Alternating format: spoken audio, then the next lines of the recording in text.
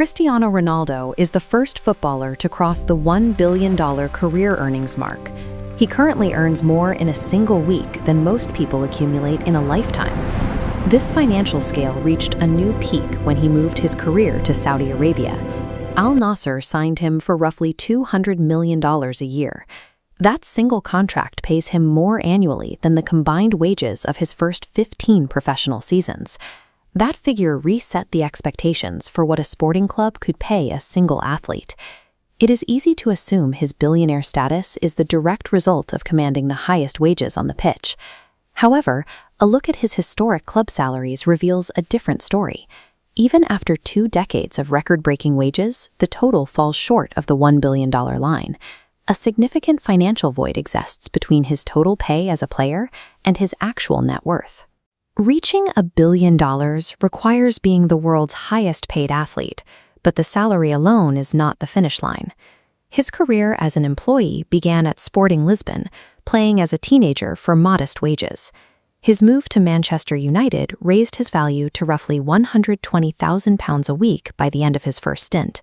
Real Madrid then pushed his annual earnings to €21 million. He reached €31 million in Italy before returning to England on £26 million annually. These figures represent the salary ceiling. Regardless of the talent involved, team budgets eventually limit the income of physical labor.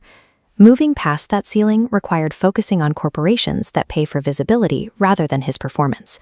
Nike secured his image with a lifetime endorsement deal reported at $1 billion. Ronaldo holds massive influence in the attention economy as the most followed human being on Earth. The weight of that audience is quantifiable. A single sponsored post on his account is valued at roughly $3 million. Global fame has effectively separated his income from his physical output on the grass. The final step toward his valuation involved a transition from selling influence to owning equity.